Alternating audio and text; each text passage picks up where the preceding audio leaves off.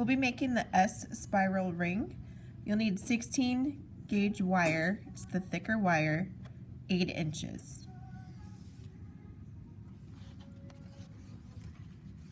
We'll be using the sculpture wire. This is aluminum, it's pretty soft. We're going to start by spiraling in both sides, and this spiral is going to have a little bit of a gap with it, so we're going to start a little further down the pliers than normal and sort of get that spiral going. Once you've got it started, you can turn the rest by hand.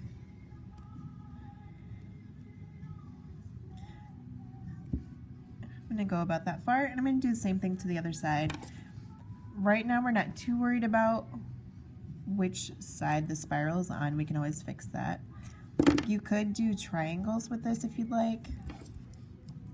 You could do squares, you could do some other shape. You can also have one side spiraled more than the other. The sample one I have, they're kind of the same. This one we could do something different. So I have my two sides, and we're going to take the mandrel. The mandrel is what's used to size rings, to make rings. Normally they'll have sizes written on here. This one does not. When you make rings, a good rule of thumb is to work one size smaller than what you want your ring to end up. As you work with the ring, it'll get stretched out. So we're just going to wrap this around. And ultimately we're going to have one loop on top and one on the bottom. Mine are the same, so I'm just going to flip that over. And you can make the decision if you want your spirals to be together like this. We also have enough wire. You could wrap it around again to do a design that way. So we're leaving this one up to you. You can do a couple like that. Anytime we're working with wire for a ring, we're going to put it on the mandrel, and we'll use the mallet to strengthen the wire. We'll use a hammer, and you can do a soft one. This one will leave a little bit of a dent. I kind of like the look of it.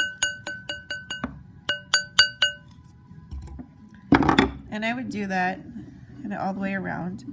If you don't have the mandrel for this assignment, you could use a marker or something like that, because we do only have one or two in the classroom.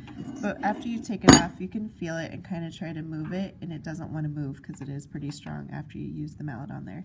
You could do the whole thing that way. You could do just the sides.